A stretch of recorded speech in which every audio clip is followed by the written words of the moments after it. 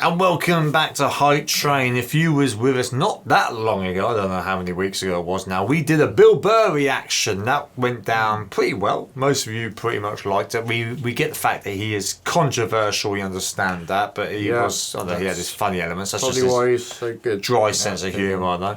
So obviously we got your requests in, and we thought naturally we'd take a look at maybe at least one or two more. And this one in particular is called Bill Burr, Black Friends, Clothes and Harlem. So yeah, if you haven't done so already, be sure to subscribe, hit the notification bell. Stay safe in this day and age as well. And thank you for your lovely messages on that as well. On that, let's go for it.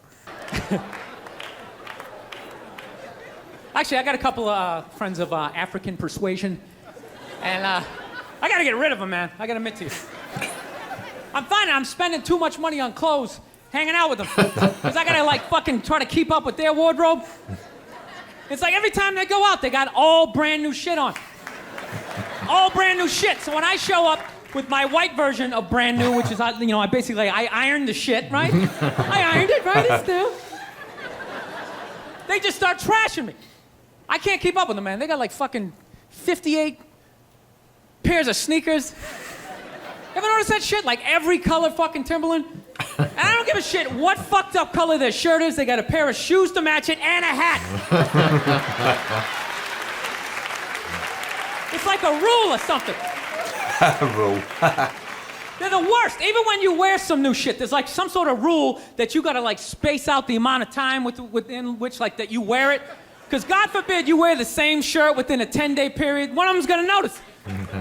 All of a sudden just look at you funny like, this motherfucker's got the same shit he had on last Tuesday. And then the whole car's like, oh, shit! Then everybody just starts making fun of your fucking clothes.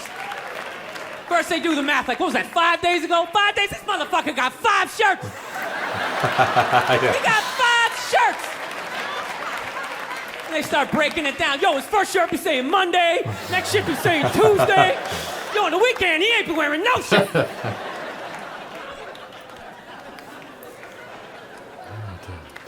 I'll tell you, that's actually funny. You know what? That's actually how I judge black guys now. When I first came to the city, like, all black people scared me. No, I was like the typical white dude from like the suburbs, you know what I mean? Had no frame of reference, you know? So my only frame of reference with black people was like remember those early 90s gangster rap videos? Throw the fucking LA riots in there, man. It was fucking horrible PR.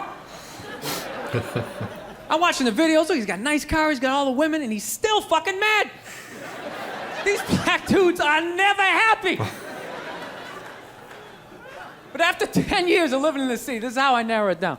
Whether a black dude scares me or not. Black dudes with dirty sneakers scare the fucking shit out of me. No.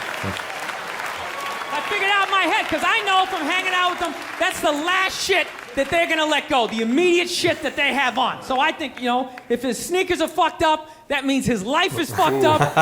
Every time he leaves his building, the whole neighborhood, oh, shit! Everyone starts making fun of him. He's on the train in a bad mood. I kind of have this howdy-doody, kind of mug-me kind of face. I'm not saying something's gonna happen, I'm just saying, I'm paying attention. So I've been seeing this girl recently, this black girl, right? She lives up in Harlem, you know, gone out like 3-4 times, you know. First time we hung out in like the Village area in New York, you know, which is sort of like a racially mixed area. So shit was cool, you know what I mean? Second time we hung out was more like Midtown, you know. Then the third time, she called me at like 3:30 in the morning, and she wanted me to come up to her apartment, right? So it's 3:30 in the morning, she lives in Harlem, I look how I look, so it's a fucking situation. Yeah, because you know the deal, right? Basically, a white dude feels comfortable up to about like 98th, 99th Street, you know what I'm saying? The second the streets start getting into like triple digits, like 100, 101st Street, start getting like a little asthma, like, ah, fuck, I'm starting to get a little high up here. You feel that little tightness in your chest? Can you feel that? 106th Street, you're like leaning on shit, like, dude, where'd all the cabs go? How come there's no taxis up here? Dude, what's a bodega? I don't know what that is. Let's get the fuck out of here. So I'm praying to God she's gonna tell me to take the subway, get off at like 105th Street, 103rd, you know, which is like the first stop in Harlem where I can still look over my shoulder and see like all the white people like disappearing over the horizon, you know? And she goes, no, man, you want to get on the Uptown 2-3 train, you want to get off at 125th Street. I'm like, God, 125th Street. Jesus Christ, that's like right in the middle of everything. I'm going to be surrounded on all four sides. I can't fucking do this.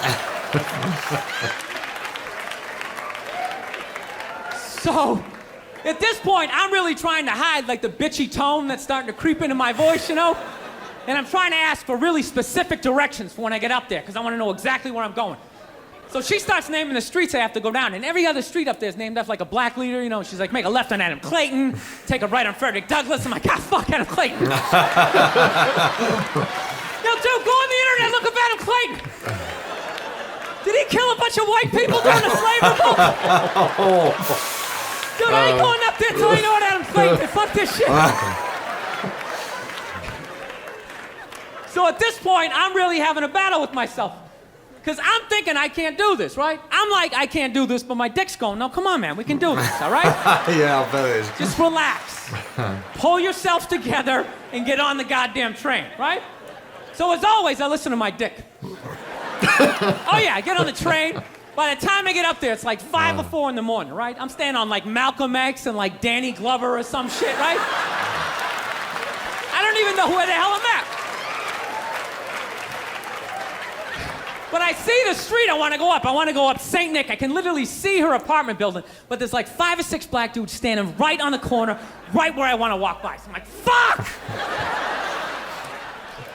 I felt like I was on like some reality show at that point, like some sort of like white guy survivor. It was ridiculous.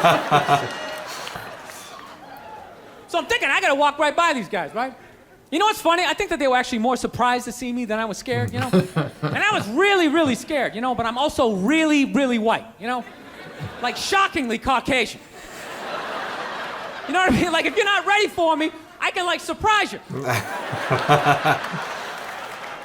No, especially if you live up there. You've probably seen a white person for hours, possibly days. So when I show up, it's almost like magical. Like a leprechaun came out of nowhere, you know? Felt like I should have had like a little pot of gold, like a rainbow behind me. Top of the morning to you, lad. Kind of dance my way past them. But it's been going all right, you know? Once I get in her apartment, I'm fine, you know? I relax. Sit down, you know, watch a hip-hop countdown. Pretend like I know the groups, you know what I mean? It's just getting there that's a fucking pain in the ass. But, you know, I don't get mad at it, because I figure, you know, black dudes got to go through the same shit, though, right? When you go out to the suburbs, go fuck a white girl, right? It's that same awful feeling. Just leaving your people behind, you know, just less and less of you as you're fucking driving out there. Probably start off lean and you're all fucking cool. 20 minutes in, you're driving like 10 and 2 degrees. I'm like, dude, I don't like this shit.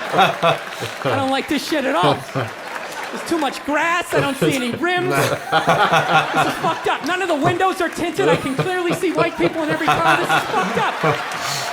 Listen, you guys were awesome. Thank you so much. Very good. God bless you. Thank you very much.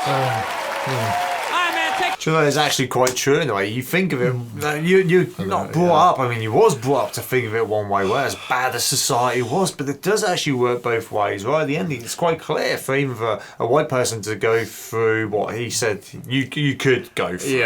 But then black people could feel uncomfortable going through many suburbs where it's just predominantly Caucasian people. I know that sort of feeling when I've gone up to Birmingham and that. I mean, it is... Most of the shops are titled in there. If you're not used to the areas, you do feel a bit weird. Once you've been, I can appreciate it. It's not even very sheltered, very English. And I get the same feeling. The first time I ever started going abroad when I was younger, when I turned after 18, I actually got a bit claustrophobic in a way. I was completely out of my comfort zone. You're seeing all the signs in foreign language, and then everyone's speaking Spanish to you. I was like. And some of them are big blokes trying to sell all these like dodgy like watches and all that sort of stuff, and I just completely out of my comfort zone. And you're not just not used to it, are you? Yeah, it was like, I think it was Lethal Weapon, was it, where he stood there with the, was it Lethal Weapon where he stood there with the sign around him? That was Die Hard Die with a Hard, Vengeance. that's the one. The third And one. Yeah, that when he was saying cool. about going through it and getting worried, that was kind of in my head. That was the only thing I could sort of feel. Yeah, well, that was complete. Well, that was complete racist. What Bruce Willis or McCaine had on that board was complete racism. Yeah. And Samuel L. Jackson's character was like, "Call the police." That was all. Call 911. That was a good. Let us know your thoughts of that one though in the comments below. We might do some more Bill Burr. He is a funny bloke. We're quite enjoying him anyway. If you're still here, thanks for joining us, and we'll see you all soon. Catch you on the flip side.